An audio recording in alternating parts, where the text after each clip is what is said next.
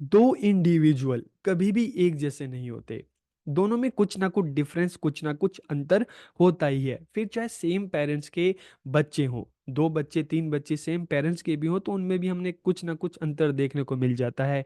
चाहे हम हाइट की बात करें, चाहे हम कलर की बात करें, चाहे इंटरेस्ट की बात करें, चाहे अचीवमेंट की बात करें, कुछ ना कुछ अंतर हमें देखने को मिलता है। तो इसी इंडिविजुअल डिफरेंसेस पर हेरिडिटी और एनवायरनमेंट दोनों का क्या प्रभाव पड़ता है। हेरिडिटी और एनवायरनमेंट का इंडिविजुअल डिफरेंसेस में क्या रोल है। देखिए, जब हम हेरिडिटी की बात करते हैं ना, मतलब हमें जो क्वालिटीज हमारे अंदर, जो गुण, जो क्वालिटीज हमें बाय बर्थ हमारे पेरेंट्स से मिली है, चाहे हम हाइट की बात करें, चाहे कलर की बात करें, तो उसे हेरिडिटी कहा जाता है, आनुवंशिकता कहा जाता है। और एनवायरनमेंट मतलब हमारे आसपास की सराउंडिंग, उसका हमारे ऊपर क्या असर पड़ता है, हमारी व्यक्तित्व पर, हमारे डेवलपमेंट पर क्या असर पड़ता है। तो इस वीडियो में हम इसी पॉइंट पर बात करेंगे, role of heredity and environment in individual differences, कि व्यक्तिगत विभिन्नताओं में आनुवंशिकता और वातावरण की क्या भूमिका है। तो वीडियो को आखिर तक देखिए, और वीडियो कैसा लगा कमेंट करके जरूर बताइए। तो वीडियो को हम शुरू करते हैं, और सबसे पहले हम हेरिडिटी की बात करते हैं। Role of heredity in individual differences, की व्यक्तिगत विभिन्नताओं में आनुवंशिकता की क्या भूमिका है। तो इसको हम एक एग्जाम्पल से समझने की कोशिश करते हैं। देखिए, अक्सर लोग आप सबसे भी कहते होंगे ना कि यार तुम्हारी हाइट, तुम्हारे चाहे माथे की बात करें, तुम्हारे आंखों की बात करें, तुम्हारे फिंगर्स, तुम्हारे सोचने का तरीका, तुम्हारे चलने का तरीका तुम्हारे फादर पे गया है, तुम्हारी मदर पे गया है। अक्सर लोग आप सबसे भी ऐसे कहते होंगे, ठीक है।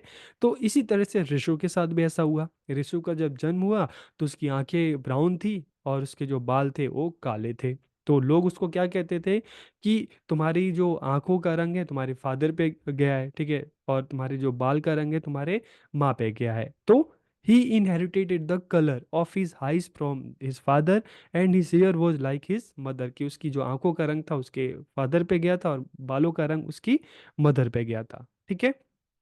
तो जब हम विरासत में मिले शब्द का प्रयोग करते हैं ना, तो इसका अर्थ है कि विष्णु ने अपने माता पिता और दादा दादी से जो गुण प्राप्त किए हैं, इसे ही हम क्या कहते हैं, हेरिडिटी कहते हैं। इसे ही हम आनुवंशिकता कहते हैं, कि बाय बर्थ आपको जो क्वालिटी, ठीक है, आपके पेरेंट्स से मिली है, चाहे हाइट की बात करें, चाहे हेयर के कलर की बात करें, चाहे आंखों की बात करें, चाहे गाल की बात करें, तो उसे हम क्या कहते हैं, उसे हम कहते हैं हेरिडिटी, की जो आप में जो क्वालिटी है बाय बर्थ आपको आपके पेरेंट्स से मिली है। तो it provide the basis for the development of human personality, कि ये मानव व्यक्तित्व के विकास के लिए एक आधार प्रदान करता है। Heredity is what a person is born with, की आनुवंशिकता वो है जिसके साथ एक व्यक्ति पैदा होता है, उसकी वो क्वालिटीज, वो गुण, ठीक है, जिसके साथ बच्चा पैदा हुआ है, और वो उसको किससे मिली है, बाय बर्थ उसके पेरेंट्स से मिली है। तो it is a specific combination of genes that we inherit, कि यह जीन का एक विशेष संयोजन है जिसे हम विरासत में अपने पेरेंट्स से प्राप्त करते हैं। तो it is reflected in our height, thickness, colour, की हमारी लंबाई, मोटाई, रंग आदि विशेषताओं में नजर आता है। तो इसे ही हम क्या कहते हैं, हेरिडिटी कहते हैं। तो यहाँ पर आपको समझ में आ गया होगा कि हेरिडिटी का क्या रोल है इंडिविजुअल डिफरेंसेस में। आप अलग अलग बच्चे देखो, ठीक है, किसी के मदर फादर की हाइट लंबी होती है तो बच्चे भी लंबे होते हैं। किसी के मदर फादर फादर जो है उनकी जो कलर क्या होता है, कि अगर फेयर है, ठीक है, तो बच्चे भी सुंदर होते हैं। लेकिन अगर किसी के मदर फादर की हाइट जो हम देखते हैं कि छोटी होती है, तो नॉर्मली बच्चे भी उस तरह से होते हैं। तो जब हम हेरिडिटी की बात करते हैं ना, तो बच्चे की जो वो क्वालिटीज, वो गुण जो बाय बर्थ उसको उसके पेरेंट्स से मिलते हैं। तो यहाँ पर आपको समझ में आ गया होगा कि इंडिविजुअल डिफरेंसेस में हेरिडिटी का, आनुवंशिकता का क्या रोल है, ठीक है। अब अगर हम एनवायरनमेंट की बात करें, हम पर्यावरण की बात करें, कि role of environment in individual differences, की व्यक्तिगत विभिन्नताओं में वातावरण की क्या भूमिका है। तो इसको भी एक एग्जाम्पल से हम समझते हैं, कि देखिए, आपको जैसा माहौल मिलेगा ना, आपको जैसा माहौल मिलेगा, जैसा एनवायरनमेंट मिलेगा, वैसे ही आप होगे। इसलिए तो जब हम देखते हैं कि आप सब जब 3 साल के होते हैं, 4 साल के होते हैं, तो आपके पेरेंट्स आपकी स्कूलिंग को लेकर बहुत परेशान होते हैं, सोचते हैं ना कि यार अच्छा स्कूल, बच्चों का एडमिशन अच्छे स्कूल में कराएं, क्योंकि अच्छे स्कूल में जाएंगे, अच्छा एनवायरनमेंट मिलेगा, तो अच्छे से डेवलपमेंट होगी, ठीक है। तो जब बच्चा पैदा होता है ना, चलो बाय बर्थ उसको कुछ जो क्वालिटीज़ हैं, ठीक है, उसके पेरेंट्स से मिले, लेकिन काफ़ी हद तक ये भी असर करता है कि आप जिस सोसाइटी में आप पैदा होके आप वहाँ पे धीरे धीरे बड़े हो रहे हो, तो आपका सोशलाइजेशन कैसा हो रहा है, आपका नेबरहुड कैसा है, आपका सोसाइटी कैसी है, आपका स्कूल कैसा है। जैसा एनवायरनमेंट मिलेगा, ठीक है, वैसे ही आप होगे वैसे ही आप बनोगे। एग्जाम्पल के लिए देखिए, जब हम मोगली की बात करते हैं तो ठीक है, जब पैदा होने के बाद काफी कम उम्र पे वो जंगल में खो गया, और भेड़ियों के बीच में क्या हुआ, धीरे धीरे बढ़ा। तो भेड़ियों की जो क्वालिटीज थी, जो गुण थे, जैसा उसको एनवायरनमेंट मिला वैसे ही उसका सोशलाइजेशन हुआ, वैसा ही उसका डेवलपमेंट हुआ, ठीक है। तो इस तरह से एनवायरनमेंट का किस तरह से इंडिविजुअल डिफरेंसेस पर प्रभाव पड़ता है, एक क्लास में हम देखते हैं बच्चे हैं, ठीक है, अलग अलग एनवायरनमेंट से आते हैं, कोई बहुत अच्छे से बोल रहा है, कोई ठीक से बोल ही नहीं पा रहा, ठीक है। तो जैसा बच्चों का एनवायरनमेंट मिलेगा वैसा उसकी डेवलपमेंट होगी। तो इसी तरह से एग्जाम्पल भी क्या है कि parents of Simi and Mimi were very affectionate of them to them, कि सिमी और मिमी के माता पिता उनसे बहुत स्नेह करते थे। उन्होंने हमेशा उन्हें अपनी क्षमता का पता लगाने के लिए प्रोत्साहित किया और अच्छे रोल मॉडल के रूप में कार्य किया। आप देखिए, आपका डेवलपमेंट इस चीज़ पे भी डिपेंड करता है ना कि आपके पेरेंट्स कैसे हैं, आपको हमेशा मोटिवेट करते हैं, ठीक है, आपको डिमोटिवेट करते हैं, जैसा वो आपको रखते हैं वैसा ही आप बनोगे। आपके टीचर कैसे हैं, आपके आसपास के सोसाइटी के लोग कैसे हैं, आपको दबाने वाले हैं या आपको मोटिवेट करने वाले हैं, ठीक है।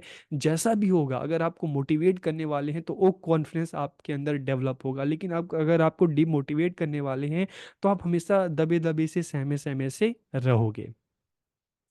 तो उन्हें पढ़ने के लिए अच्छी किताबें और खेलने के लिए अच्छे खिलौने दिए। वातावरण में बच्चे के आसपास के सभी पहलू शामिल होते हैं, जैसे कि माता पिता, परिवार, दोस्त हो गया, स्कूल हो गया, पड़ोस हो गया, आपका वर्किंग प्लेस हो गया, सामाजिक आर्थिक आपकी क्या स्थितियां हैं, ये सारी की सारी जो चीज़ें हैं ये किस में आते हैं, एनवायरनमेंट में आते हैं, ठीक है। ये सारी चीज़ें अगर पॉजिटिव होगी तो आपका जो डेवलपमेंट होगा बहुत पॉजिटिव तरीके से, बहुत अच्छे तरीके से होगा। लेकिन अगर मान लो आपके घर का माहौल अच्छा नहीं है, आपके सोसाइटी का माहौल अच्छा नहीं है, आपके स्कूल का माहौल अच्छा नहीं है, ठीक है, तो फिर कभी भी आपका डेवलपमेंट एक सही तरीके से नहीं हो सकता, इसका नेगेटिव इम्पैक्ट आपके ऊपर पड़ता है। तो all of these have an effect on the children from birth itself, कि इन सबका प्रभाव बच्चों पर जन्म से ही पड़ता है। This factor influence the development of an individual, के कारक व्यक्ति के विकास को प्रभावित करते हैं, ठीक है। अगर स्कूल की बात करें, ठीक है, अगर स्कूल का आपका एनवायरनमेंट अच्छा नहीं है, वहाँ पे डिसिप्लिन नहीं है, तो फिर स्कूल में आप जाओगे फिर भी ठीक से नहीं पढ़ पाओगे, ठीक है। अक्सर हम देखते हैं इस तरह की जो प्रॉब्लम ज़्यादातर क्या होती है कि गवर्नमेंट स्कूल में ये चीज़ हमें देखने को मिलती है, और स्पेशली जो इवनिंग के स्कूल होते हैं वहाँ पर डिसिप्लिन एक बहुत बड़ी प्रॉब्लम, एक बहुत बड़ा इशू आता है, ठीक है। तो देखिए, अगर माहौल एनवायरनमेंट आपको अच्छा मिलेगा, ठीक है, गवर्नमेंट स्कूल भी बात करें, अगर अच्छा एनवायरनमेंट मिलेगा तो वहाँ पे भी बच्चे आगे बढ़ेंगे, और बहुत सारे स्कूल ऐसे हैं, और एनवायरनमेंट अच्छा नहीं मिलेगा तो आप बढ़िया से बढ़िया स्कूल में आप डाल लो बच्चों को, महंगे से महंगे स्कूल में डाल लो, लेकिन अगर एनवायरनमेंट अच्छा नहीं है ना, तो बच्चों का जो डेवलपमेंट है सही तरीके से नहीं होगा, बच्चे धीरे धीरे गलत रास्ते की तरफ आगे बढ़ेंगे। तो the child's capabilities are determined by heredity, कि बच्चे की जो क्षमताएं हैं, जब बच्चा पैदा होता है तो वो आनुवंशिकता पे निर्धारित होती है, लेकिन एक व्यक्ति इन क्षमताओं को किस हद तक विकसित करता है ये वातावरण के अवसरों पर निर्भर करता है। कि मान लो कोई स्पोर्ट्स पर्सन है, ठीक है, अब मान लो एक स्पोर्ट्स पर्सन है, उसके जो बच्चे हुए तो कुछ क्वालिटीज बच्चों को बाय बर्थ अपने पेरेंट्स से मिली है, लेकिन अगर बच्चों को अच्छा एथलीट बनाना है, ठीक है, बच्चों को अच्छा क्रिकेटर बनाना है, तो उसको उतनी अच्छी ट्रेनिंग भी तो चाहिए ना, तो उसके लिए एक अच्छा एनवायरनमेंट भी जरूरी है। तो for example, if a child has inherited talent for music, the talent can not be developed unless the opportunity in the form of training in music are provided. चाहे हम म्यूजिक की बात करें, स्पोर्ट्स की बात करें, आपको बाय बर्थ ये चीज़ें मिली हैं, आपकी आवाज़ अच्छी है, लेकिन आपको अगर वो अपॉर्चुनिटी नहीं मिलती, अवसर नहीं मिलते, एक अच्छा एनवायरनमेंट नहीं मिलता, तो आपके अंदर की जो क्वालिटी है डेवलप नहीं हो सकती। इसलिए महत्वपूर्ण है कि बच्चों को अपनी क्षमता का पता लगाने और अपनी प्रतिभा को निखारने का मौका दिया जाए, बच्चों को एक एनवायरनमेंट अच्छा दिया जाए। तो इस तरह से आपको समझ में आ रहा होगा ना कि हेरिडिटी और एनवायरनमेंट का क्या रोल है इंडिविजुअल डिफरेंसेस में, किस तरह से हेरिडिटी इंडिविजुअल डिफरेंसेस को प्रभावित करती है, और किस तरह से एनवायरनमेंट इंडिविजुअल डिफरेंसेस को प्रभावित करता है। तो यहाँ पर आपका एक कंसेप्ट क्लियर हो गया होगा, और आई होप आपको ये टॉपिक समझ में आ गया होगा। तो वीडियो आपको कैसा लगा कमेंट करके ज़रूर बताइए। आप सबका बहुत बहुत धन्यवाद।